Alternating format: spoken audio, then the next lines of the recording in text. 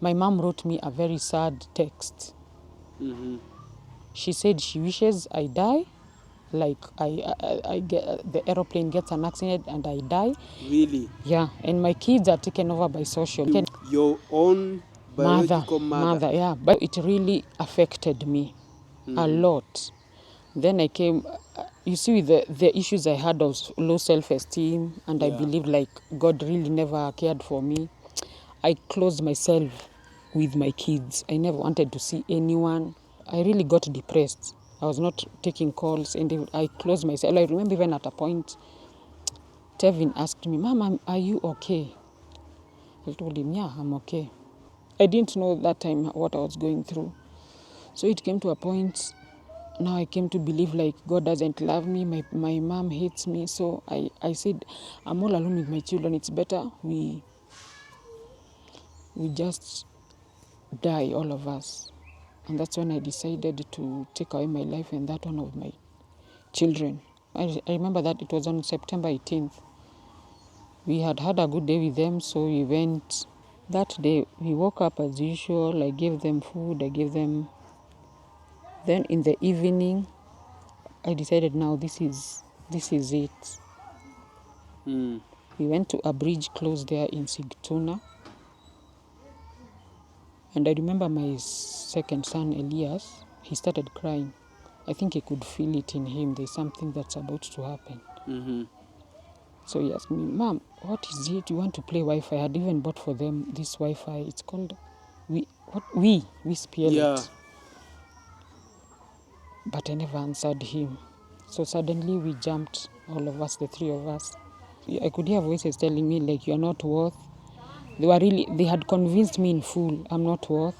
You heard those voices? Yeah, I'm not worth. How I should often take. could you hear them? Mostly at night, and even during the day, I would sit and just hear something inward telling me, just take away your life. You don't deserve to live. So I was admitted at Hudingashuk Huset. Psychiatrist. Yeah. Abdelning, something, yeah. Did you manage to go and bury your kids? Yeah, I was not able to. They said in my condition they would not allow me to because I was still suicidal. I was under heavy medication. And my sister was in shock actually. She said, "This is not Nyambura, this is not the sister I know." And I remember even my dad told me, "No matter what happens, you'll always be my daughter." And when I was almost being deported, the last week, they decided to take me to my son's grave. Yeah. That's when I saw where they were buried, in Sigtuna. Ladies and gentlemen, welcome to my YouTube channel. My name is Nelson. I am broadcasting now from Kenya in Kiambu. Kiambu is one of the sub-county in Kenya, but here where we are is called Githioro, is it? Yeah, it's Githioro. Yeah, Githioro. This is where we are sitting, me and Grace. Grace was a Swedish resident in Sweden.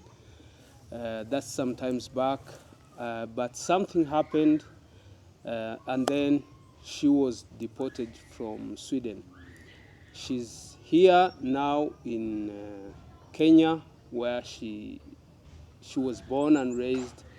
So today, after seeing her story in Sweden in media, I decided to fly all the way from Sweden to Kenya so that I can speak to her, and then she will have a chance to tell us exactly what happened, because she never got a chance to speak to any media about what happened.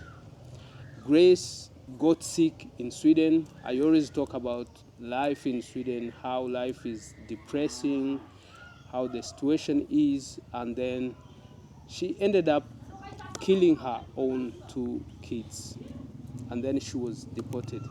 She's going to tell us what she was going through. I know many of you, maybe you will judge her, but I think we should not judge. What happened to her, it can happen to anyone else. We are human beings.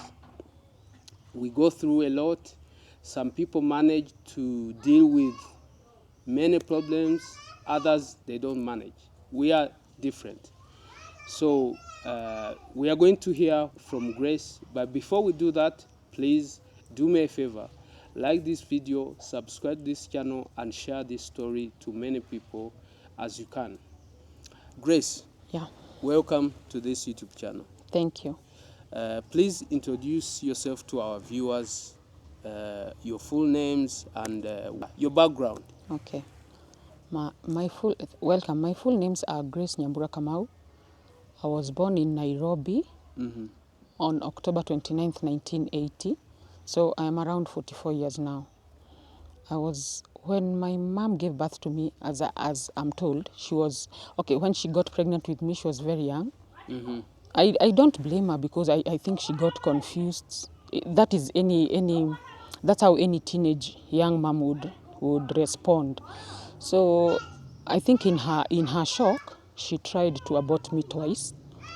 But luckily my grandmother, the one I'm named after, when she knew what my mom was planning to do or was trying to do, she stopped her and she tried to be there 24/7 with my mom. And finally I was born. I lived with my grandmother till I was around 4 or 5 years. My mom got married now to my stepdad. Okay, I call him dad because he has brought me up. He's called Patrick Kamau Jonjo. They got married and we lived first we moved here. I was in a school here in Githioro. It's called Githioro Primary School.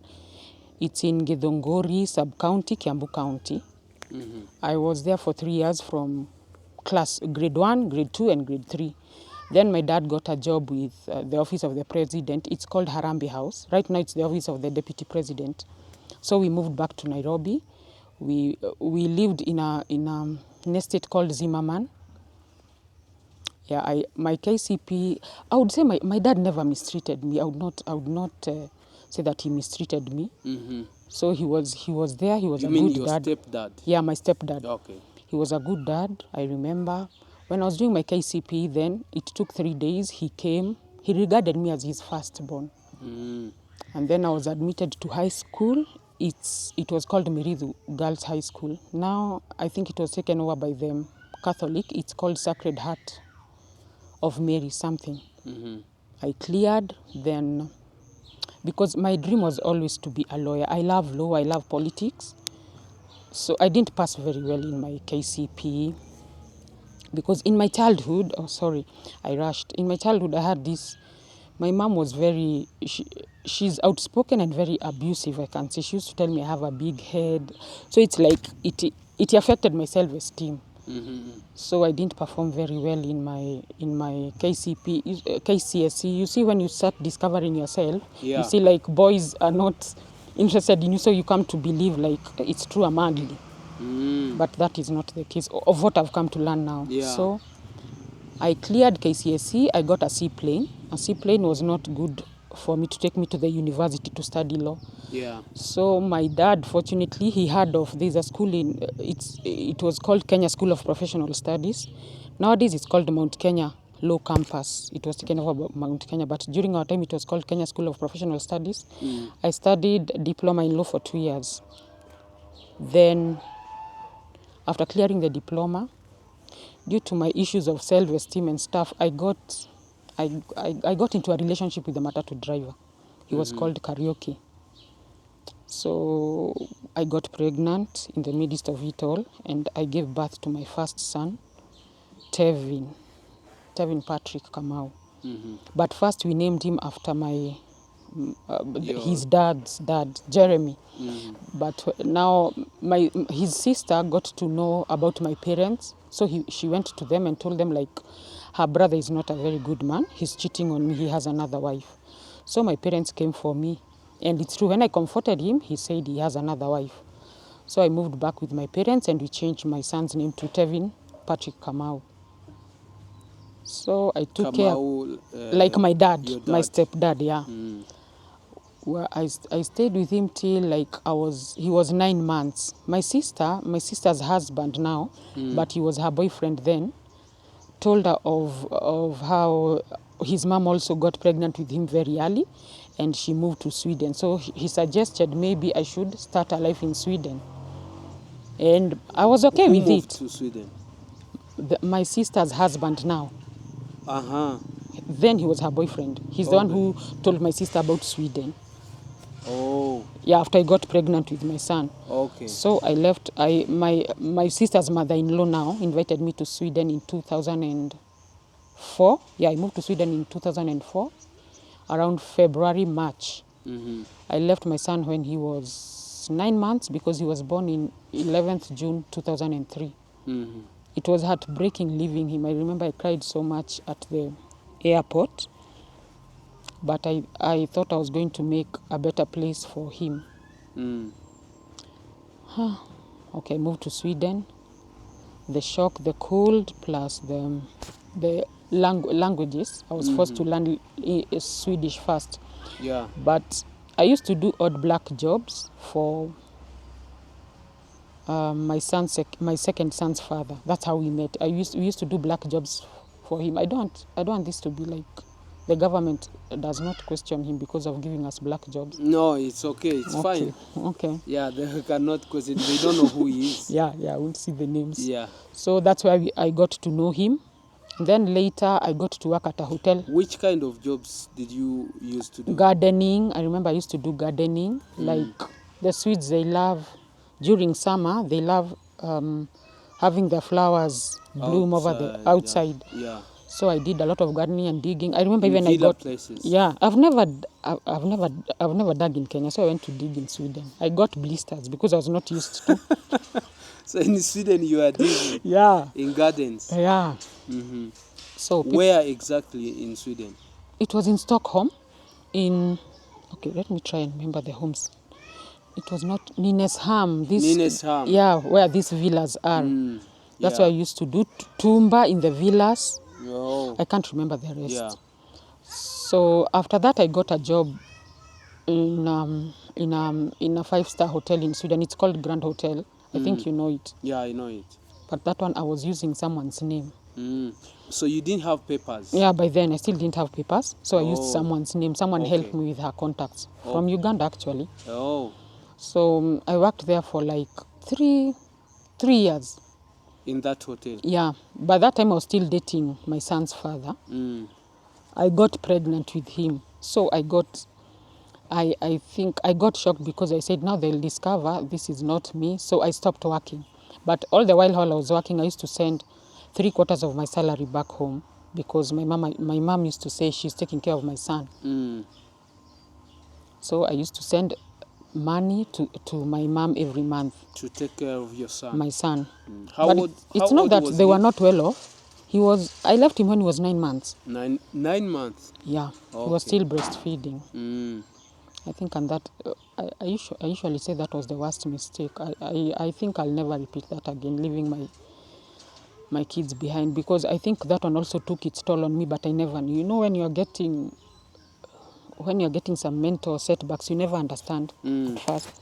So okay, now I got pregnant with Elias, my second son's father. At first he was a loving man because I also got engaged. That was my first time to get engaged. He bought me a ring. I was so happy. But now when the pregnancy proceeded, he started showing his true colors. He's a Swedish man? Yeah. You see, I was so green when coming from Kenya. Yeah. So some things he used to do, I can't explain on video, but it was not very good. It came to a point when I was 8 months pregnant. He threw me out because he claimed I was refusing to have sex with him and some other. I can't disclose on camera. Yeah, you can say what. Some weird sexual behaviors, I would say. Mm. I don't know how to explain it. And you said, come from Africa. At that time, I was not so much exposed. Someone is not so much exposed as one is right now. You see, right now, people who plan to go out, they already know. Yeah. There's a lot of, most things are digital, so you know, you expect this. By that time, I knew nothing. So I was so green. The culture setbacks were huge. I remember even there was a time he called my dad telling him that I have refused to have sex with him. So you see, in Africa, that was a bit, my dad was shocked. You know, white people, sometimes it is, for them, it is common. They want anal sex. Yeah, exactly. Was it the problem with this man? I couldn't. And for us Africans, it's a taboo. Yeah, it's a taboo. Yeah. So I could not go to that extent. So he threw me out when I was 8 months pregnant. A friend came for me. I went to live in the refugee camp in Kiruna. We traveled there by bus with other refugees. You were pregnant? Yeah, I was pregnant. 8 months pregnant by then. He threw you out? Yeah. So I called after freezing. I called a friend. He came for me and took me to Meshta. There was a refugee where they register refugees or something. Yeah, in Meshta. It's in still Meshta. there. Oh, it's still there. Yeah. That's why I went and registered. I think we stayed there for 2 nights. Then the third night, the buses came. We were so many of us. Some from Rwanda, Uganda. So, and we were 3 women who are pregnant. And those buses are double deckers. Yeah. So us who are pregnant, we were told to sit on them on the top so that we don't feel the bus moving. So we traveled all the way to Kiruna. It is very far. It took, I think, around 17 hours from Stockholm, if I can remember. Yeah. And funny enough, the 3 of us were put in one house. We lived in one apartment. The 3 women? The 3 pregnant women. That were pregnant, yeah. One was from Uganda. I remember she was called Dorcas. The second one was from Rwanda. I can't remember her name. And me now.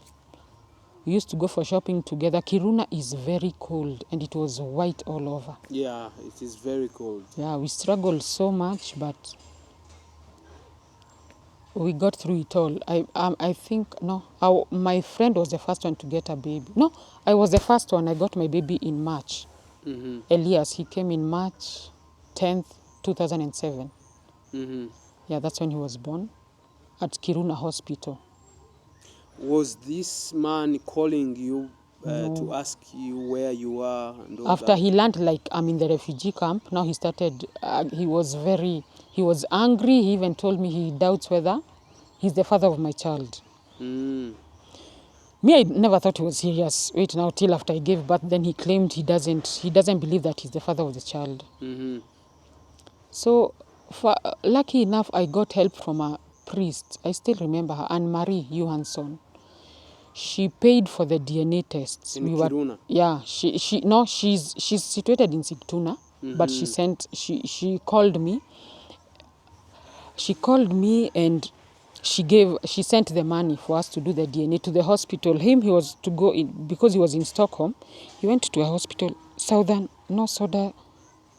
called what? Södersjukhuset or something. I can't remember. Södersjukhuset? Yeah. Yeah. And me, I took my DNA in Kiruna. So that's when it was established he's the father. Okay. So I got my papers and moved to Stockholm. Once I got the resident permit, you see, I'd already feel like I have a son back home. Yeah. So they told me to fill in his details. I filled in his details, and he also got papers. So my mom came with him. When she came with him, we lived well for some days. You were staying where by then? I was living in Tumba.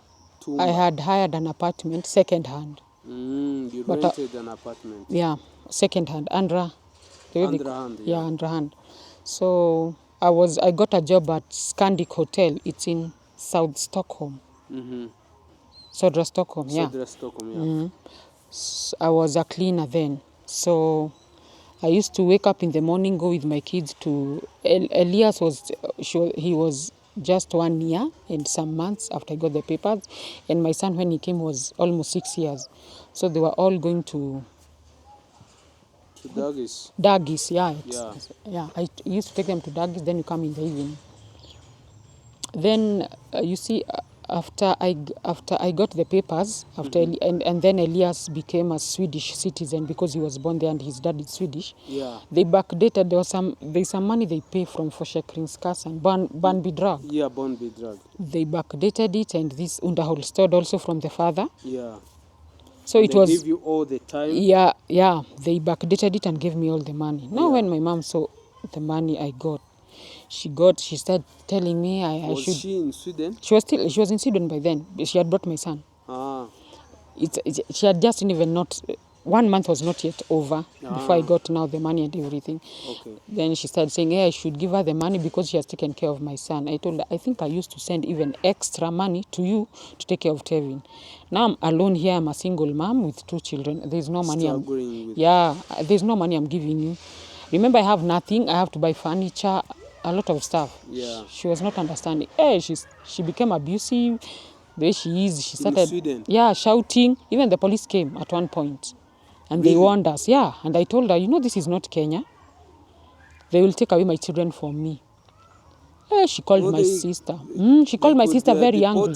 Did she have yeah, she had a visa for 3 months. For 3 months? Yeah, they gave her for 3 months because, Tevin never knew me. I left him when he was 9 months. So now he was 6 years. You see, it was a bit confusing because of the transition. So she was given a 3 months visa. But she never even stayed for the 3 months because after the commotion, she called my sister, told her like we've quarreled and everything. So my sister paid for her ticket back to Kenya. So she came back and I was left with my sons. So eventually I got an apartment in Sigtuna firsthand. So we moved there and we started life with my sons. It was not easy, but I struggled all alone. And then I think in 2010, by the way, I came to Kenya to visit my sisters and my parents too. Yeah. It went well. You came with your 2 sons? Yeah. And even Elias was able to speak Swahili because after I stayed for a month, then I left them with my sister at her place. So when they came back after the 2 months, I came for them. Elias was speaking Swahili. He had even forgotten Swedish, but he caught up eventually. Then in 2011, my sister gave birth to her second child, a girl. You see, we had all gotten boys, so she gave birth to a girl. So it was we found it exciting and everything. So I promised her I would come and see her. I left my sons with a lady. She was called Sophia, so I came to see her. In Sweden? No, here I left my kids with. I was not coming to stay for long. I only came for a month. No, a month. So I left them with a lady friend. It was during summer, so the schools had closed. Okay. So I left them with a lady friend. So I came here. My mom didn't know at that time I was here. So we stayed. I stayed at my sister. I came to see my sister's baby. Then we had a commotion with my mom and my sister too. I felt so bad. I even regretted coming. So I went back to Sweden. I was still very angry. So when I went back, my mom wrote me a very sad text. She said she wishes I die, like I get the aeroplane gets an accident and I die. Really? Yeah, and my kids are taken over by social. You see, she has not even said she'll take care of my kids. My kids are taken over. She wished that your kids would be taken by social services. Yeah. Your own biological mother. Yeah. By the and that text. Okay, I will talk about it when we come to the real Nino. So it really affected me a lot. Then I came. You see, the issues I had of low self-esteem, and I believed like God really never cared for me. I closed myself with my kids. I never wanted to see anyone. That's when you went went down. back. Yeah, now I was now in Sweden. After I came back to Sweden, that's when she wrote that that text. Now you see, because I was not sending money, my mom has a problem with she loves money too much. That's her main problem. And me, I believe that, I think God is the one who provides. Whether you have money or not, it's God who provides it all. Yeah. Now, as they have come to understand it now. So, I really got depressed. I was not taking calls, and I closed myself. I remember even at a point, Tevin asked me, Mom, are you okay? I told him, yeah, I'm okay. Tevin was your elder son. Yeah, my first son. He asked if you are okay. Yeah, he was very loving, by the way. I usually think of how he'd be today, but anyway. So. Were you working by that time? No, I'd stopped working. You had stopped working. I stopped working. I closed myself indoors. I didn't know that time what I was going through. So it came to a point, now I came to believe like God doesn't love me. My mom hates me. So I said, I'm all alone with my children. It's better we just die, all of us. And that's when I decided to take away my life and that one of my children. But was your mother the cause of starting to think that life No, even doesn't... what I was going through with Elias' dad, my second son's father, all of it because it came to a point later after going through what I went through. Even you remember, I used to live with my sister's mother-in-law for some time when I moved to Sweden. She told my sister they came to realize they wish they knew that I was not okay, because that they had seen some odd behaviors with me, but they never thought it would get to that point. So it came to a point where I really believed I was not worth. So I decided to take away my life and that of my children. So that was when you got depressed. Yeah. And it reached to that point. Yeah, it became suicidal. By that time, you were not communicating to any... Nobody. Did you have friends? Yeah, I had friends, but I was not communicating with anyone. Your kids were you taking your kids to school? No. They were to open in September, but I never, August, but their schools called me once and I said they were sick.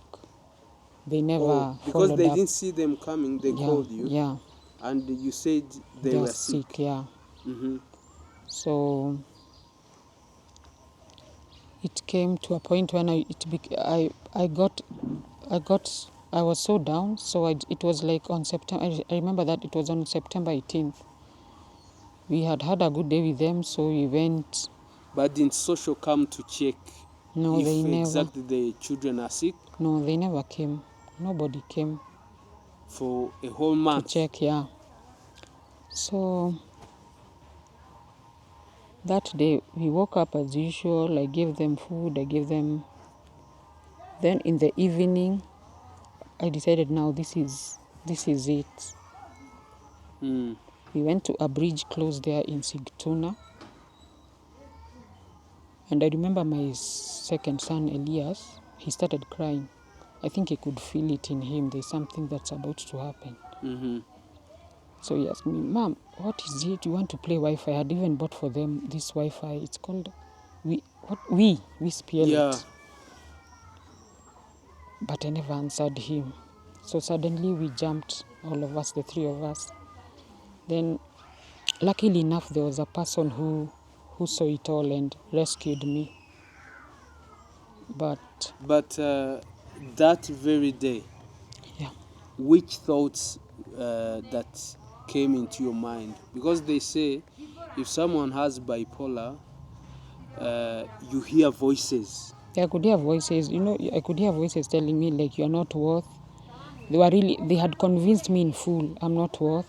You heard those voices? Yeah, I'm not worth. How often could you hear them? Mostly at night, and even during the day I would sit and just hear something inward telling me just take away your life.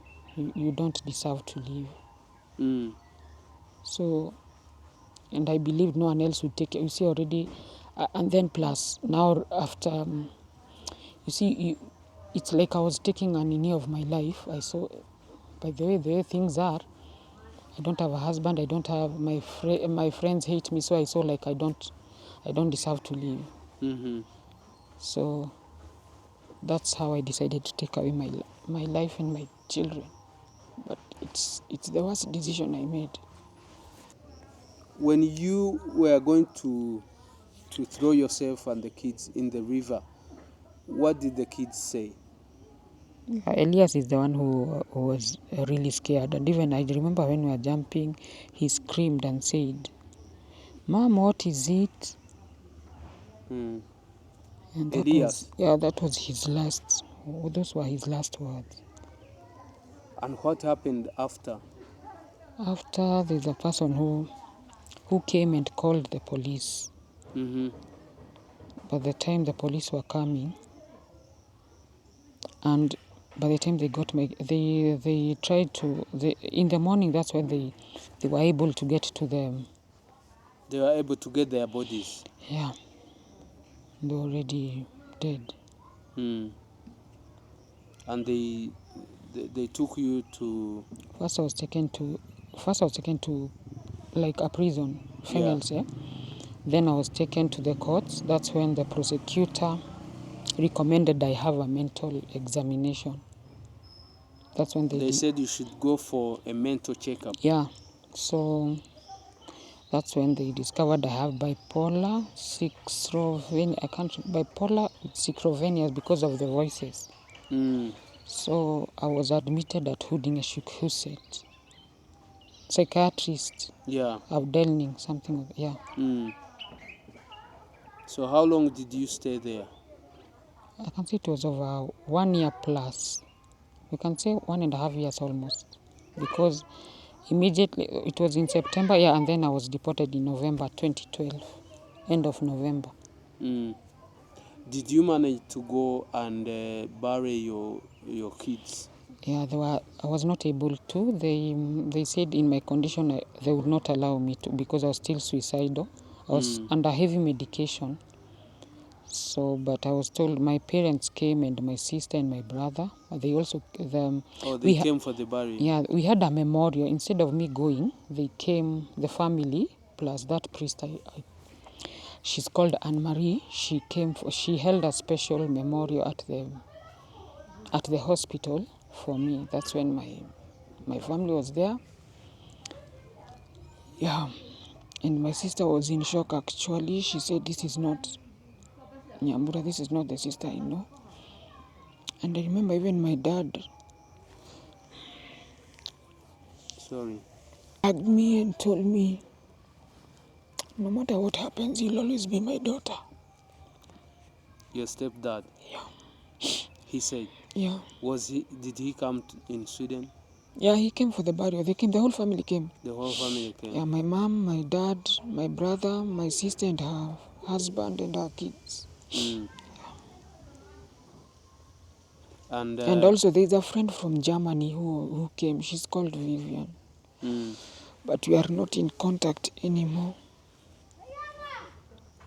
But during that time when you were in Hudinge, Huset, yeah, you were under treatment. Yeah, I was under treatment. I got very many psychiatrists talking to me. Mm. Yeah, and when I was almost being deported, the last week, yeah, they decided to take me to my son's grave. Yeah, that's when I saw where they were buried in Sigtuna. But were you remembering what happened? Did you recall exactly what happened? After I think I was under medication for so long, for like 6 months without going out or anything. Mm. When they discovered now I'm beginning to get back to normal, they allowed me to go to the cyber, and I went to now I came to recall everything after. It was so hard to believe that I'm the one who killed my own babies. You couldn't believe that it was you? Yeah. Mm. And I regretted it so much. I understand. So, before you was deported, what did they say to you? Did they say that we are deporting you to Kenya? Yeah, my advocate tried to appeal, because first they had made that we even went to the appeal. Is it called appellate court or something? Yeah. When you appeal. Yeah. Yeah, but the prosecutor, the government still refused, because I only had a permanent resident permit. I didn't have a Swedish citizen. So that's when they decided to deport me. So what happened when you reached here in Kenya? We came with two police officers, actually, a man and a woman. When we reached Jomo They Kenyatta, escorted you? Yeah, they escorted me all the way. When we reached Jomo Kenyatta Airport, I found my mom, my friend's mom, and my sister. They were waiting for me. Once the police, they saw that I am with my mom, they left. They left? Yeah. So I came to live with my mom, with my parents.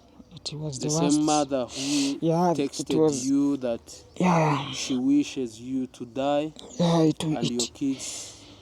It has been really full of ups and downs.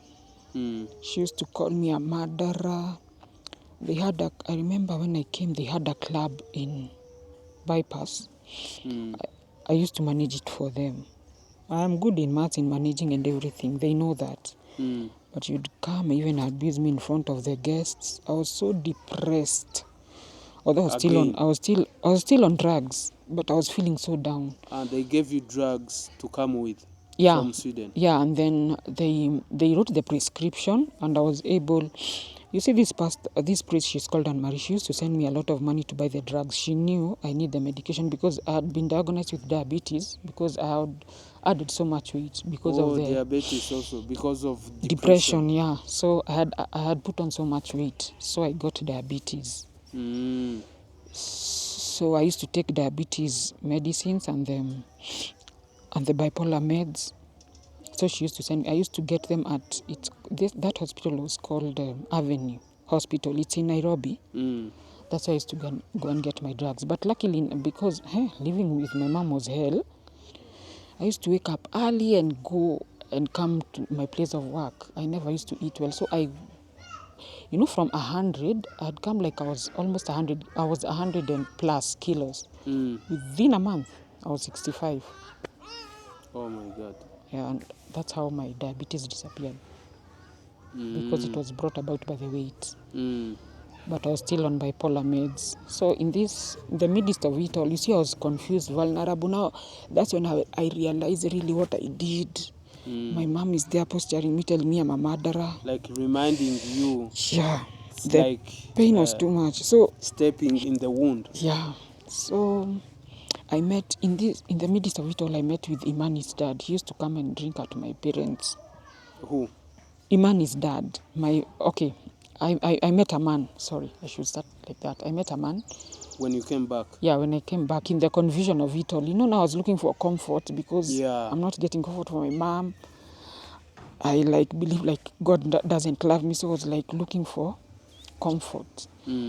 So I wouldn't say I was in love with with that man. I think I was just looking for empathy, someone to... Yeah, to show you love. Yeah. Because he was lacking. Yeah. So I got pregnant with my baby girl, my only baby girl. I called her Imani. And my mom during the pregnancy, she used to say God will not allow. So I was still so stressed. I remember when I went for the ultrasound, they said it's a girl. I was so happy because I had had boys before. Yeah. So I even remember in November when I gave birth, it's my sister who came to visit me in the hospital. After I usually deliver my kids through CS. So I remember once I delivered my baby and I had her crying. I cried so much. I screamed. Now the doctor thought they had not put enough. Maybe I was feeling pain. Oh. But it was not pain. I was just happy. The doctor asked me, what's wrong? I told him, no, I'm just happy. Because really I thought I would not give birth, or according to my sister told me, no, your problem is believing that mom is God. She's not God. Nyambura, me, I told you, I know God forgave you, and now you have a baby girl. Always thank him. And in fact, she's the one who came with, you see, my daughter is called Atara. Atara is Hebrew. It means God's blessing. She's the one who came up with that name. And me, I called her Imani. Imani is faith in Swahili. So she's called Atara Imani. Then in the confusion, I was still very confused. I separated from Imani's dad, and immediately I got into another relationship. And I got pregnant again with my second child, Baraka. He's a boy. And Baraka's dad, because of that, was that vulnerability. You see, Anne Marie used to send, I would say she used to send me enough money to take care of my kids. And even she had even sent money for me to buy a house. But now, you see, Baraka's dad, there's the way they had met with my mom before. So he knew a lot about me. You see, this African... Baraka's dad. Yeah. So he knew a lot about me. He knew I had so much money because he had been told. So it's not like he came like he was in love with me. He was after the money. Oh, so he pretended. He was targeting the money. Yeah. And he conned me a lot of money in the midst of it all. That money that you were sent for buying to buy a house, yeah. And still my sister also had some issues with her. I would not like to diverge into her. Yeah. But I helped her also with a lot of money because she was in a mishap somewhere. And my parents too, when they were building this house. They really took advantage. But the funny thing is, that time when I was helping them and doing everything, they never used to say I'm mad. But why didn't you buy the house immediately? I was confused. You see, I was still with Baraka's dad. My sister had told me she's in a problem and someone is suing her for a lot of money. So I opted to help her, then she'll pay me back. Okay, that's how I am. Then after, she never paid me back all the money. And my parents still, I helped them build, because now I discovered that also Baraka's dad conned me a lot of money. After I discovered that, I moved back with my parents. The money I had left, I helped them to build that house. But right now, they don't see like I did anything. Now they started claiming that I'm mad. My dad has beaten me so many times. Physically. Your mom? My stepdad. I've even taken him to feed her. Your stepdad? Yeah. Beat you? Yeah. Assaulted me so very. Even there's a time my kids were in this school, the school I was in before, Gedioro Primary. He tried to come and assault me there. But why? Just for nothing. They usually say I'm mad. And I'm not mad. I just have bipolar. And I've agreed it's my condition. And then my mom has this thing. You see, in this Africa, she got married with me. So, you know, this is not my dad. She'll keep on telling me, remember that this is not your father. He's not your biological father. I even remember at some point when I came from Sweden, I think that also contributed to my, she told me, my dad he commented, you know, there you can comment, he saw how I was, he told me, I think Sweden is treating you well, you look good. My mom overheard. Then, who said that? My dad, my stepdad. He told me, you look good. You can just comment about your child. That time when you came for visit? Yeah. Now my mom, it's like she took it the wrong way. She closed me, where I was sleeping, she closed the bedroom. So when I woke up in the morning, I found, I wanted to go to the loo at night. I found it was closed. So in the morning, she locked. Yeah, she locked me inside. So when I came to, in the morning, when she opened, I asked her, why did you lock me inside? She told me, have I not told you that this is not your biological father? And he told you look good. You know he can rape you. So you can imagine the shock. So I'm like, hey, this man has never shown me like he can do anything. Yeah, he brought me up just like the rest. And even people, by the way, me, I know deep down my stepdad has a good heart. That one I know. It's only that he has let himself be controlled by my mom. He has a good, because he usually says his biological children, that is my sister and my brother, they are not as obedient to him as I am. So it's my mom, I think from the word go, she rejected me. So she never wants to see me prosper or anything. In this whole village, almost everyone knows about my story. She goes around telling people, from the fathers to everyone, she's mad. For the last 4 months, after I came to meet Pastor Joel, for the last 4 months I've been living with a lady here. And people have been with me and I've been working at her. I usually help her husband to work at the hotel. Yeah. Because after all, they've given me a place to stay. So people are like, hey, and your mom says you're mad. We can't see any madness. You are normal. You're just happy. And by the way, if you check the first interview with Family TV and now, there's a very big difference. Because I've found that in our home, even if it's so big, there's no peace. My mom will wake up. She has gone to the extent of telling my kids, and I think I'm the one who was supposed to tell them what happened.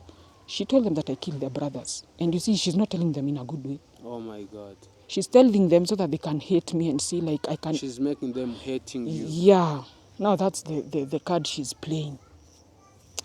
But how did you leave them to start living with the I don't know. friend? My dad threatened to beat me again.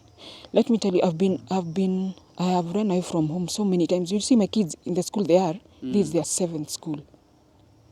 My dad beats me, I run away with them. We've lived in a woman's shelter. They have lived in a children's home. Oh my God. I'm so sorry. I've come to believe that I don't think my mom ever loved me. She pretends. That one I'm sure she pretends. She says she prays. Has she ever told you something good? No. No, she tells me people hate me. You are a murderer. Early this year, the last time now, in January, I still ran away from them. My dad tried to strangle me in front of my children, telling me he wants to kill me, like the way I killed Tevin. Like the way you killed your... Tevin and Elias, yeah. Oh. So I ran away. I jumped over the wall. Our home, he has fenced with a stone wall. So I told God, if I break my legs, it's okay, but I'm not being taken to where they want to take me by force. They wanted to tie ropes. The things God. they have done. In fact, I thank God that... But did you report that to... Yeah, I've gone to FIDA. or... I've gone to the police here. The problem with this country is it's corrupt. So he bribes those police officers. Like here in Gedioro, when he wanted to beat me up, he had come with 3 policemen with guns. Really? Yeah, like I'm a criminal. But now the deputy, I thank that lady. She's so like, really this girl, because she saw how my kids came for me and they were crying, holding me. Then she said, this girl has no problem. I think this is the family. So she told the police, no, this girl has not done anything wrong, because my dad had tried to lie to them that I had caused fracas. She said there was no fracas. She only came to pick her kids, and it's her right. Yeah. So you decided to leave your kids with your mother? Now in January, when I ran away, I went to live with my aunt in Kiserian, my uncle in Kiserian. That's where I think I had, when that last year was beginning, I was with my kids I remember 31st, 2023, we were sitting with my kids. My parents had gone out to party. So we were just alone with my kids. I told God, really I want to feel you this year. I've gone through so much. I just want to see your love for me. And trust me, that year was very difficult, but God saw me through. I went, I got baptized. There's a seminar I attended. I got baptized and I got saved. I came back to my auntie's. It was in March last year. Now, I discovered that I have had many, like my families, they have been against me, because apparently my grandmother, the one who saved me, I told you, my mom's mom, she loved me so much, and she was a rich lady. So I hear like there's some portion like she had left for me, but they didn't want me to get it. So like it's like this auntie, what I came to discover, she had a picture of me when I was a child. I came to see it after now I got saved when I went back to her place. It's like she had taken to some... You see, in Africa there is witchcraft and... Yeah. Yeah, they have tried to Bewitch you? Yeah. So it's like, once you get saved and you have faith in God, I think God fights your battles. Because I remember now after I discovered, I asked my auntie, what are you doing with my photo? As a child, I don't even know. You just keep there. They had separated me with my uncle. She said, no, I've been praying for you. But the way you can look at a person and see, hey, how? This is the devil himself. She was looking red, you see. Then after I've discovered what she has been up to, she chased me away. By the way, I slept in the streets for two days in Nairobi. But let me tell you, there's a God. That's when I came to be, there's a God in heaven. 2 weeks later, she died. Just like that. After 2 weeks? She died. Oh my God. God can work wonders. So now I came back home. I used to read the Bible. I have a red Bible. I was given, in fact, I was listening to some nini on radio, some preaching. I answered questions. They sent me that Bible. It has been my friend, let me tell you. Yeah, so I came. I tried to my mom to see the light, but she has that kanini in her. I'm a murderer. That for the last 13 years. Sincerely, I know I did wrong, but I think it's for God to judge me. And me, the way I know it, God saw what... God forgave me because he gave me 2 other kids to look after. I tried to, she'll not listen. She'll come up with stories. So now it was in September. They just started making noise in the house. Me, I work from... they have a dairy farm. So I'm the one who takes care of... I wake up at 2 a.m. to make sure the milk is milked, it is sold, and then I wake up to prepare my kids. I work full-time in the house and the dairy farm. I'm not allowed even to go out. And in my condition, bipolar, I'm supposed to go out, have fresh air and such. They don't. The end of September, my dad threatened to beat me again. So that I woke up, I remember it was 1st October. I took my kids to school and I told them, now, me, I have to go. I have to find another way out. Your grandfather still wants to beat me, and me, I won't suffer again while you people are watching. Kids. Yeah. So I'm trying to find a way out. So that's when I left home finally, and I've not gone back. And my mom has even told my kids, now she has filled them with so many bad stories. Because she lives with them. And she full time. Yeah, and then she has even... they go to a private school. It's a Catholic school. She has even told those people over there, like, I'm mad. I'm not allowed to see my kids. Who is paying for them? It's them. So right now they're the ones controlling. But I've been going to... there's a mental hospital. It's called Madare. I went and talked to them because I want to get a letter. Because I know me, bipolar is not madness. Yeah. And I can take care of my kids because the journey I've been through, God has been with me. All the battles I've faced. There's a chapter... But are you still in that condition? Do you still feel like you are not worth it? Do you still feel like you don't want to communicate? No. You have people that you communicate? I have people. The pastor has been the pastor has really changed me. And also, after I discovered the Lord, after I got saved, born again, and I read the Bible a lot, it has taught me a lot. They say in these pathways of life, you'll go through the wilderness, you'll have attacks from enemies, you'll have divine encounters, then you'll meet men of hope. And I trust that I've gone through the wilderness. I've had attacks from my enemies, which is my family. Yeah. The divine encounters, I believe that's when God gave me those children. Even when I was faithless, when I didn't believe like he loved me, he still proved his love for me. So now I've been to so many... I've gone to Heaven's Gate. It's a prayer mountain. I was there for a week. It really taught me a lot, and the love of God, and that God forgives. Once you repent, God will forgive you. Like if he forgave Paul, and he ended up writing most books in the Bible. Paul was actually persecuting Christians. Yeah. So I know that God loves me, and I'm ready. I would like my story to be a testimony that there is a God in heaven who cares for each and every one of us, and no sin is too big for God. No. No sin. And there's, yes, our mothers give birth to us, and we respect them, but they cannot control you. God used those mothers as a channel to bring us here. It's God who holds our destiny. Yeah. Don't be cheated. That's true. Yeah, and I read, there's a chapter that is very encouraging, Romans 12:1. God's strongest warriors face the toughest battles. And trust me, I've faced so much, but I trust God will make a way out soon. My prayer is to be independent and live with my kids, because I want my kids to bring up my kids in a Christian way, not the way I've been brought up. Ladies and gentlemen, we are talking to Grace.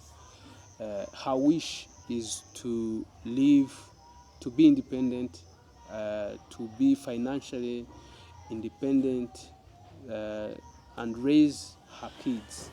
That's her wish. You that is watching this interview, you can do something. Everyone that is watching, you can do something. We can contribute. Anything you have, we can contribute to Grace, and then she'll be able to get financial help. She would be able to live with her kids, because every parent needs or want to live with the kids. So please, if you are blessed, let us do a contribution for Grace to be able to stand again on her feet.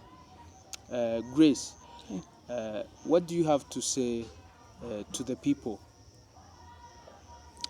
I know many of you will judge me, and I've been judged so harshly. Yeah. But trust me, I was not myself back in 2011, and that is something I've never even thought of doing again. God has seen me through it all, and I would like my story to encourage others and to know that there's a God in heaven who loves us. My only wish is to live with my kids and be independent. And I love farming, by the way, apart from being very passionate about leadership and religious, I love farming. I've come to learn so much about dairy farming, poultry farming, and and rabbits. My son Baraka loves rabbits, so he had told me if we get a farm, he'd like to rear rabbits. So your wish is to have somewhere where you can be able to do a farming project. Do you have any idea of what you can do? Yeah, I would like to do. I have come to learn so much about dairy farming and poultry farming and rabbit. Farming. Rabbit. My son Baraka loves rabbits, and he has said if we get our place, he would like to rear rabbits. I would also like to add at some point, in Africa, especially in Kenya, we have a problem with people judge people with mental illness. Depression is not madness. Yeah. People just need to be counseled and talked to and be encouraged. Because I remember in the Bible I read somewhere, when Jesus was being crucified, he told the women who are crying, don't cry for me, cry for yourselves and your children. Yeah. So as mothers, we should be crying for our children and begging God for help and bring them in the Christian way. Yeah. But have you healed from that trauma of knowing that you killed your own children? Have you healed? Yeah, healing is a process, and I believe I have healed, because now I can talk about it. Like before, I could not talk. I used to break down, but God has really helped me a lot, and also the psychiatric help that I'm getting, it has been of help. And I believe myself, and I've come to learn that self-love is not selfish, it is necessary. Yeah. It is necessary, and nobody, there's nothing that God cannot do for you once you have faith in Him. Yeah. So how has this church where you go, how has it helped you It has helped since me. you came The here? members are so nice. It's like a family, actually. Pastor Kagwe with his family, they have been so nice and so welcoming, and the church members, they understand so much. I've even met some church elders who tell me, like, by the way, very many people have been rejected by their parents, and they are doing well, because it comes a point where you have to think about yourself. Yeah, and also the lady I'm living with, her Beth and her husband and her children, they've been of so much help, and we pray a lot with them. She's a true woman of God. I will never forget her. Yeah, and I thank God for Joy Victor's Faith Church. So, dear viewers, if you are out there and you have seen the story of Grace, please don't judge. I think everyone has gone through different things, different problems, but it's only God who should judge everyone. So I would like you to help contribute something for Grace to be able to raise her own kids. Grace, what is your number in case someone wants to send you something with the M-Pesa? Oh, my number is, you'll start with +254 for those who are not in the country, +254 724 986 481. Repeat the Again, number. +254 724 986 481. It will come to Grace Kamau. If you want to contribute, don't undermine the little you have. It makes a big difference in her life and her kids' life. So don't undermine that you are contributing little, that anything that you have, please bless Grace as God has blessed you. Grace, say something to say goodbye to our viewers.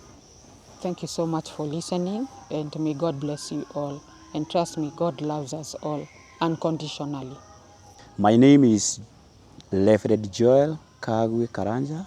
I'm from Kenya with a church called Victor's Faith Fellowship Church, which has associated with the Korean church in South Korea called Full Yoido Gospel Church. I came to know about the Grace last year, September.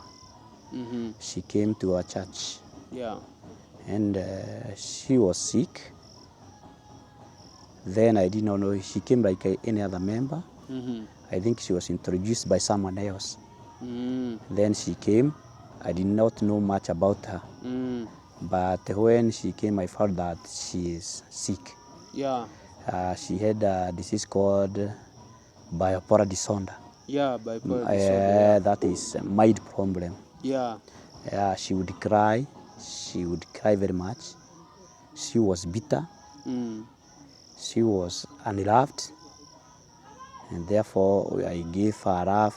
The members of the church show Grace a lot of love and respect. And from then, she started healing.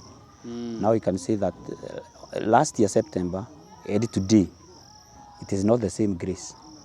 Grace has changed. Big difference. She is loving, helping the church, doing some other duties in the church. And I also communicate with the deacon. She is staying with the deacon of our church. She is telling me that she is okay now, although she needs also medication, because sometimes she would become very angry. In fact, when she would overhear that she has killed children, if you bring such a story, she would develop some bitterness, because she did that out of sickness. We believe that she was sick. And therefore, our church members plus me, we understood her, and we are living with her very well. I love her so much, and she loves me so much. And also, she is prayerful. She once went to Heaven's Gate in Nakuru for a fasting for a whole week. Even I was shocked. She would stay without eating from Monday to... She came back on Saturday. And she always comes for morning devotion. She's a prayerful lady. And also she's a giver. If you give her like 3,000, he would bring 200 to the church to support the work of God. She always come in the morning, cook tea, like that. We give her some small duties. Yeah. Now, I can say now Grace has improved so much. Not like the way she was in September. Yeah. She has healed. Yeah. And in the same process, healing. She would call me at any time. I would answer her call. She's very good. She is loving. And I believe now she is okay.